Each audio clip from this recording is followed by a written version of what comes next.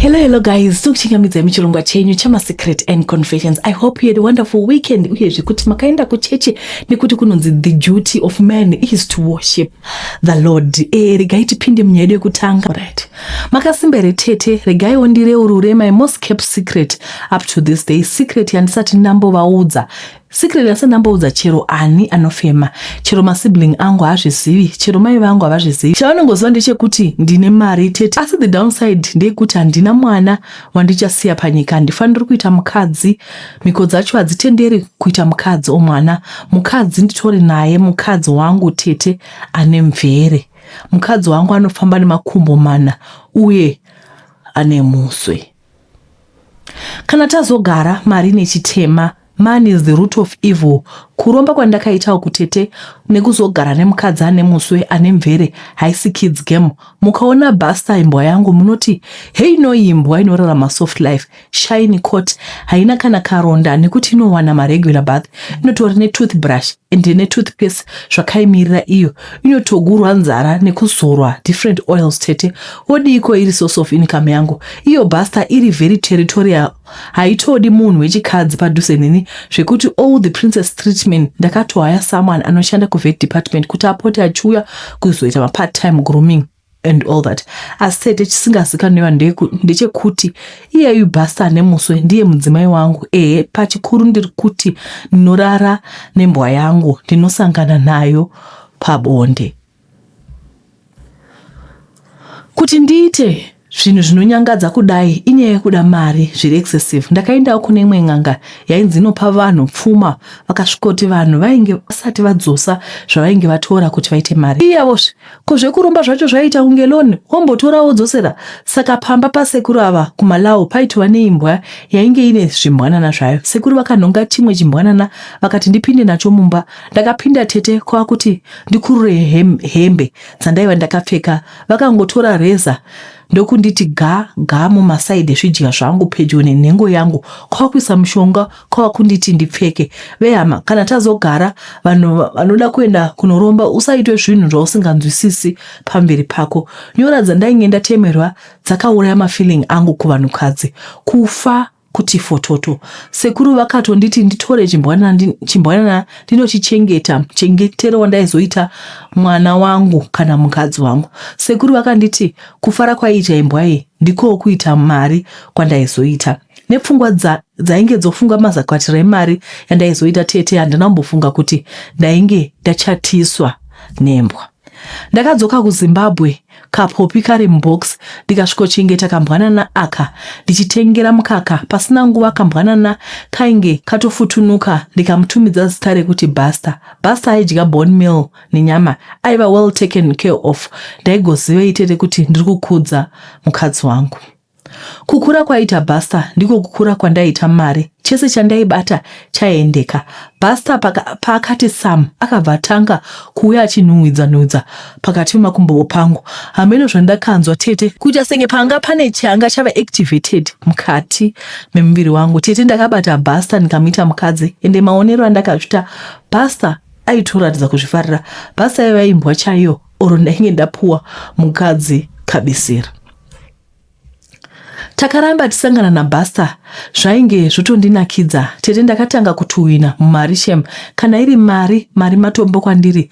Dzimba ndine hobo tete nditori nema properties. Vasikana throw themselves at me vachichiva mari andinaye asi havazivi kuti handikwanisi kuvada. Musikana ndinaye kumba, musikana ari very territorial. Hadi kuona munhukadzi pedyo neni inotoita hondo chaiyo. Tete ndiko kurumba kwandakaita nembwa yangu. Tava ne 5 years still husband and wife. I have every material thing that I want. Ndakatombotanga ndichazvisema asiko zvino ndatojaira. Asi no one can know kuti ndini ndanyora tete. I can't risk people knowing my source of income tete plus bestiality yacho haitenderi munyika muno. Please promise me you keep my identity a secret. Ndiwo upenyu hwangu. I'm secretly married to a dog. Mari yakaoma. Yeah. Tazvinzwirawo toga zviri pano kuti hanzi vakaroora imbwa, hanzi Basta ndiye mudzimai wangu uyezve tinosangana nembwa iyi. Manguva zvese zvataurwa handina chekutaura hangu. I am speechless. Pampacho na unotoshaya zvekutaura ungagoti kudi. Regai nditsvake nyaya inotevera dzimwe dzakatumirwa. Saka manje dzatumirwa Friday. Ndauya kuzoyambira small house nima girlfriends andani nevarume vevanhu knowingly handisi kureva vakanyeperwa o vakanzi mudzimai wangu akafa. Ndinoreva vaya vanotoita zvinhu vachinatsoziva kuti ava ndibaba ningi. Tomboti adiwa ilaki rake, adiwa usamuzvonde, asi chidiwaika in peace, kwete kuda kuzoflasha pamberi pangu zvokwadi unofira mafufu segonzo. Chete ndakazonzwira rusvava tsitsi sindi ndopika kudai ungadai uri kwamupfigwa nebwe. Ndakatanga kunotisa abnormal behavior mushure mekunge abata goridhe kumakorokosa kwaishandira. Murume wangu anga agara achiita zvegodhi kubvira kare, asi paakabata zilamsam ndakatanga kuona kuti mafambiro aya hasi right, pane chinenge chaitika chete. Mafambiro aya aiva dodgy tete. Ndikangoti regai ndiconcentrate pavana vangu. Kana painge pane chiringe chiripo zvagara zvinonzi hapana chakavanzika pasi pezuva. Saka tete imagine mahora acho ndakatogara zvangu pavharanda one day kunzwa vana vodaidzira kuti kugedhi kwainge kune munhu. Ndakatoshaya kuti ndiani anganitsvaka nekuti kazhinji vanhu vaitanga vandibata pafoni sezvo ndaigara ndichifamba nenyaya yebusiness rangu remukaka nefish. Ndakatuma mwana kuti anozarura gedhi ndokuona pane vakadzi vaviri, umwe akaita wechikuru neumwe akaita wechidiki ainge ane mwana kumusana. Ndakatoshamisika kuti ndivanani ava sekuti ndainge ndisina kuvaona my entire life. Vaenzi vaya vakapinda tikakwazisana tikabvunzana mufaro. Vechikuru ndivo vakazotanga kutaura vachiti vainge vava nemwana namai vake tizivane. Zvanga zvakangonaka kuti mwana azivane nevamwe. Ipapo tete ndainge ndakangonyarara kuti ndichiteerera kunoenda nyaya, sokuti painge pasina kana need yekuva interrupter vachitaura. Tete pane kuti utsamwe hautsamwe, I thought this was one big joke. It turned out yanga isiri joke. Sindi paakatanga kutaura kwanzi murume aiva wedu tose uye aiva auya kuzondibatsira pamurume wangu. Statement iyoyo ndiyo yakanditsamwisa tete. Auya kuzondibatsira nei? Did I need help? Did I need any help with that? Umwe moyo wakati simuka utsike vanhu uvadzidzise lesson. Umukati aiwa unosungwa vana vakasara vachitambura, vaida kutambwa navo lolo kuita murwana pasi simunzwa riri mundove. Ava vaizviti Madam Cindy vaive nemuromo wakafuruka senge mbora washayiwa moto. Vaizonoudza vamwe zvivindi zvokuya pamba pangu vachindiudza nonsense vainge vazviwa nepi. Besides kuuya kuzoti tizivane, ndini ndaive ndamutsvetsva here? Ko kuzoti vana vazivane, ndini ndainge ndamuitisa nhumbi yacho here?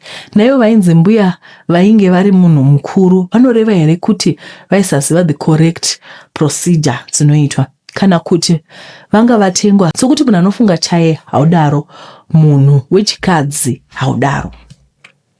Vakaoneka vaenzi ava tete. Ndainge ndakapora sederere raiswa soda. Ndaida kuti vasambofungira kuti my comeback inenge iri strong. Ndaitarisa paitsikwa naCindy pose, tsoka yake pane kwandaida kuzoendesa, uye ndiye aizopfidza kuti usaporovoka munhu asine newe. Tete ndakatombobatwa nemweya wekuuraya, ndikafunga kuti rusvava ruya runozodii. Saka ndaizodhila zvangu naCindy. Ndakazonzwa nerunyere kupa kuti hasi Cindy ainge aomerwa neupenyu. Ganda rake rainge radroweka senge rekamba rangoita maline ari mysterious. Kutoenda kuna chiremba hapana chiri kuonekwa.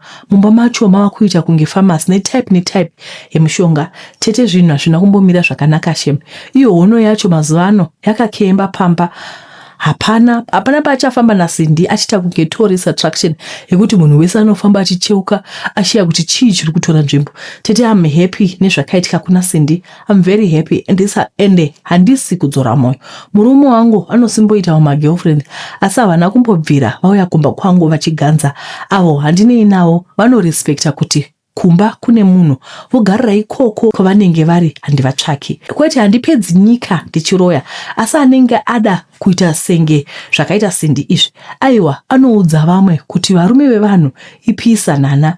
Handingadhili nehono yangu as long as he is a provider uye vana baba. zvese zvakaringana. Kana dai vakati vanoda bari riri official, aiwa aigara zvake Cindy, asi kwete zvekuti anobva kwaanobva osvika achiti pwetere mberi kwangu, izvo kwete, I will not allow it. Izvezvi akungogara akazvivharira mumba, hamuchabudiki. Handiti ndiye aizviti habviri, ngaachibvira tuone, anoonekwa sei ganda richinge rikamba, gona anagona wakewo. Regai ndivomwa mvura. Saka nyaya iri pano ndeyekuti kwanza pane musikana anonzi Cindy akaenda kuna mai kumuridzi wemurume, akasvika akati ndindoda nemurume wenyu, uyu ndiye mwana. Akaenda nagogo, hamene kuti ndiani wakaenda nawo. Mumadecisions akaoma zvawo. Saka vadaro mama ndokubva vabata mushonga, saka Cindy skin yake yaita kunge kamba, yaita mabox ende havasi kudzora tsvimbo. Kwai yambiro kuvanhu vanoda nevarume vavanhu, zvizive kuti munofamba muri mabox panze apa maroiwa. Saka hanzi musabata varume vevanhu, handiti mangozvinzwirawo moga. Regai tipinde munyaya inotevera. Tete, regai nditange nekukukwasai ndichiti makasimba here. Nyaya yevakadzi vaviri yandifungidza zvandakamboita rimwe gore, asi zvandakaita izvi tete zvakaita kuti ndibve ndatiza munyika yeZimbabwe, nekuti mhuri yemukadzi uyu iri kutoda musoro wangu chaiwo, zvekuti tete dai ndisina kutiza muZimbabwe, kutaura kudai ndingadai ndakaorera mujere nechando ichi ndingadai ndichitotaura zvimwe. Tete ini ndaiita zvechin'anga zvenhema ndichitoraramawo nekujuta vanhu, kutengesa mashizha emupopo ndichiti anodzinga zvichiri, kutsengera vanhu makave mumango ndichiti anorapa siki. Tete ndakaonera chigemu ichi kuti kumanipulate brain yemunhu chinhu chiri very easy, ende vamwe vandairapa zvenhema vaitova vachitenda vachiti zvandainge ndavapa zvakashanda. Tete ndipo pandakatanga kuona kuti aikaka ndikaronga tsuro dzangu bhobho ndinobuda bhobho rangu nice and easy. Asi tete ndakaona kuti vanhu vazhinji vava kutizira kumacheche zvekukanda mabhonzo pasi. Pane vamwe vanenge vachiti takazvarwa patsva, saka tete ndakatoona kuti upenyu uyu either you adapt or die. Manje ini ndaisava ready to die, saka ndakaita adapt. Ndakazvarwawo patsva, ndakasiya zvekukanda mabhonzo pasi ndikatizira kuchechi. Asi tete, between you and me hapana chaiva born again kwandiri. Ndainge ndangochinja kwekuvhimira chete. Tete, ndoda kukuudzai kuti pavanhu vanozvita maprofita vakamira pachokwadi chaiwo havasviki 20% nyika yese. Vamwe kwava kuzama kungwavha kuti vararamise mhuri. Unonzwa muprofita achiti madzimai tengai mbiya tigadzire dare renyu tete, tigadzire dare renyu tete. Paya mubva matenga zvonzi zvese taita, asi dare renyu rava kuda kunopedziswa kuguruve. Saka panodiwa mari yemuzwi wemweya nemudurudziri kuti vanopedzisa dare renyu. Apa tete munenge muchigarawo bhuruwayo, mari yamunoda ipapo hamuna zera nayo, apa guruwe kwacho kusingaendwi kikiki seka zvako. Saka kuti ndione nemo ndakakurosa zvangu ndikaenda kuMalawi kwandakanotsvakiswa musoro wegora, vulture. Musoro wegora unodhura kuwana. Ndakazoita zvekutenga kune vamwe varume, kwava kutorwa, kwava kusanganiswa neimwe mishonga yakasiyana-siyana, kwava kutemerwa, imwe kuseri kwenzeve, imwe pauma, imwe pamuromo. Tete ipapo ndipo pandakatanga kuita muprofita chamvari, kuita kunonga tsono chaiyo. Ndakavhura sowe rangu, vanhu vakatanga kuita mavhu nemarara pasowe iri. Tete, ndikakuudzai kuti munhu achingoti gidhi pakirawa rangu ndinenge ndatoziva dambudziko raanenge afambira. Ndaita kuzevezerwa zvinhu zvaanenge afambira tete, asi regai ndireurire ndichiti 3/4 of the time yaingova fembera. In fact, ndaitarisa age, vasikana vechidiki kazhinji kufambira marriage. Saka ndaibva ndavaudza kuti muchato wauri kuda uri kuuya soon. Married wives obviously kunetsa nevarume, then ve old age kunetsa nevaroora okupumiwa uroi. Tete, mukatarisa zvose zvandataura hapana kana chiprofita, asi maproblems ari common anosanganiwa nawo nevanhu everyday. Mukatarisa zvandanyora apa tete, muchaona kuti kungori kumanipulata situation chete. Mumusi kwakasvika chino chigagairwa mushushura ndadya mhonzi yechingwa.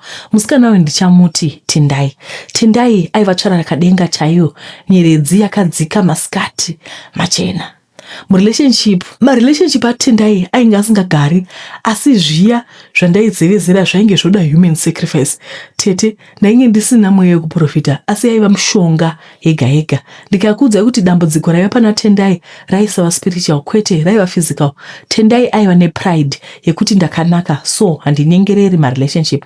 Ndakaudza musikana kuti aive nemanjozu, saka dare rake rikagadzirwa zvakanaka aizoinda nemuchato uye nembinga futi. Tete ndakaudza Tendai kuti aifanira kunoyanana nenjozi yake, saka dare iri raifanira kunoitwa kumadziva, asi asawana wanoudza sokuti vavengi vake vaizomupingira mberi. Tete mukatarisa nyaya dzanamanjozu dziri mufashion mazuvano, ende venyika vanozodzida nenyaya yekuti vanenge vachida mbinga dzine mari yakareba.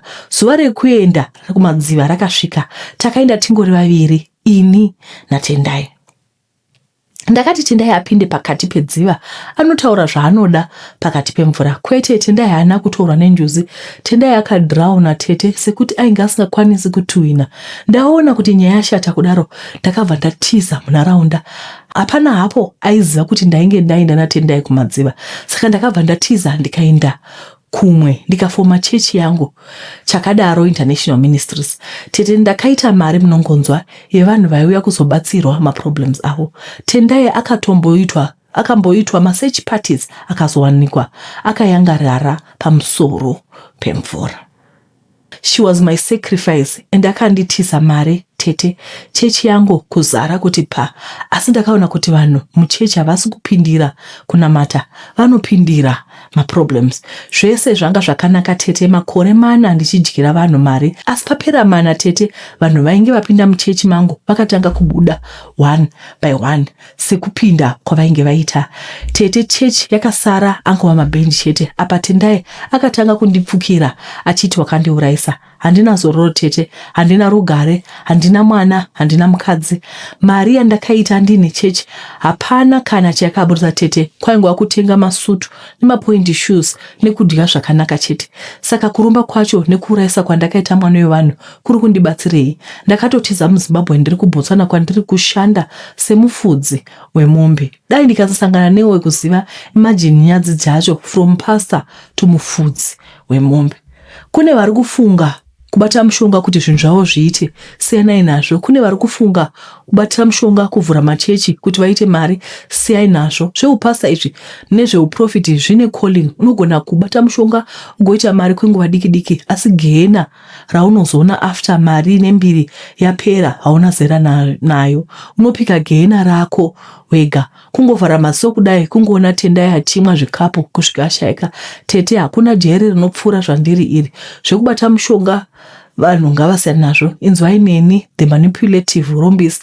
Ndangova zuru rakapinda nyoka, kuonda nekuperezeka kunge zenye. Kandiona nchibva kure nogona kundiona sendinopenga.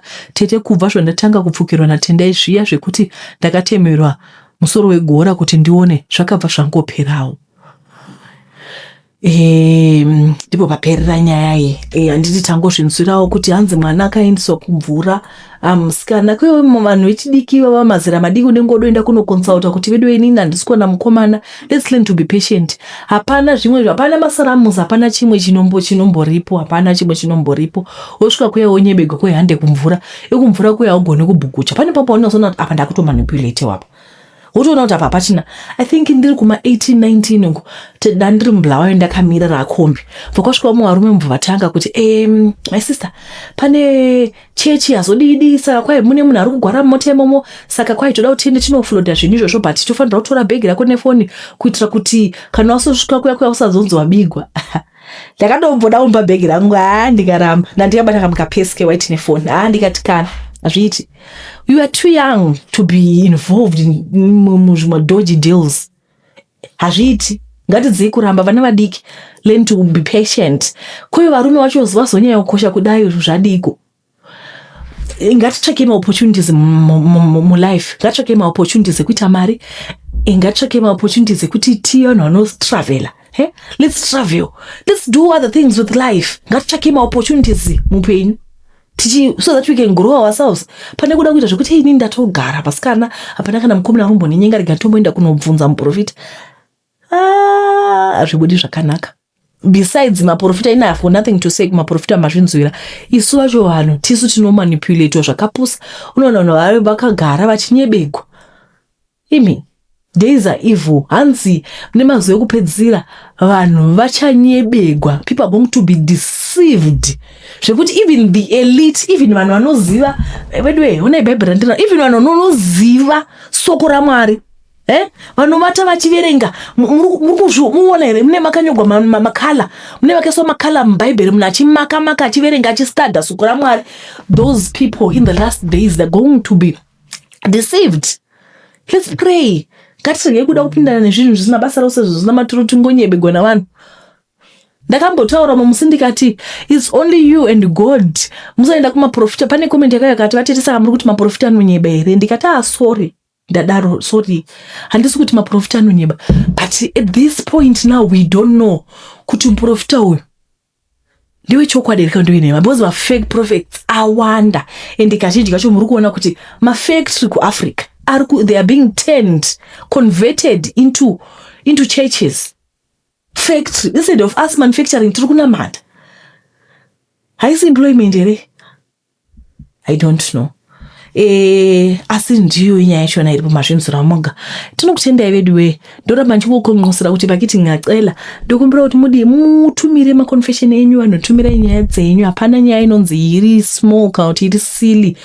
Whatever you have, just send us nyaya dzenyu tigone kuverenga tidiscuss, because zvakafanira kuti kana tongoti something happened to you, ichocho chinhu ichocho chogona kuva kuti chitoitika muupenyu hwomwe munhu chogona kubatsira mumwe munhu. Saka tokumbira kuti mutumire nyaya dzenyu. Tinokutendai nekuteerera kwamaita. Nyaya dzedu dzaita shoma asi tinokutendai. Muve nezuva rakanaka. Ndatenda. Bye bye.